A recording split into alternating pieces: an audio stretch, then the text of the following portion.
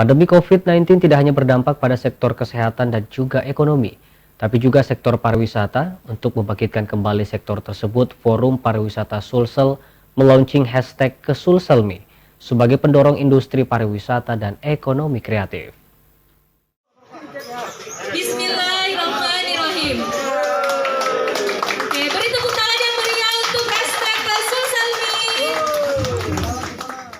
16 asosiasi pariwisata di Sulsel yang tergabung dalam Forum Pariwisata Sulsel bergerak melaunching hashtag #Kesulselmi di Kafe Kopi Kebun Jalan Racing Center Kota Makassar. Launching ditandai dengan memposting hashtag #Kesulselmi di sosial media. Ketua Forum Pariwisata Sulsel bergerak Devo Kadafi menyebutkan, launching hashtag #Kesulselmi adalah upaya membangkitkan kembali industri pariwisata yang terpuruk karena pandemi COVID-19. Ia mengatakan, situasi saat ini sangat memprihatinkan bagi sektor pariwisata.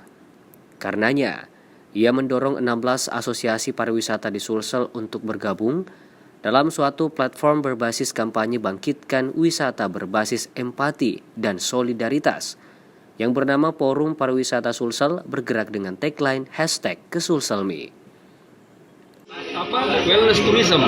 Di mana wellness tourism ini kita bikin orang dia kasih relax mind and soul. Ya, itu sekarang orang berendam di sepanjang Pantai Tanjung.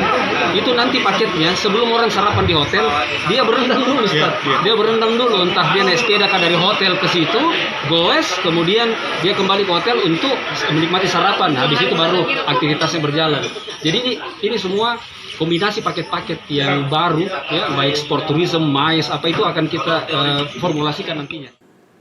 Tagline Kesulselmi merupakan ekspresi optimisme dari para pelaku industri bahwa pariwisata akan dapat bangkit dengan strategi kolaborasi, inovasi, dan adaptasi untuk mewujudkan kembali pariwisata dan ekonomi kreatif sebagai penggerak roda kegiatan perekonomian masyarakat melalui pengembangan pariwisata domestik secara sistematis dan terstruktur.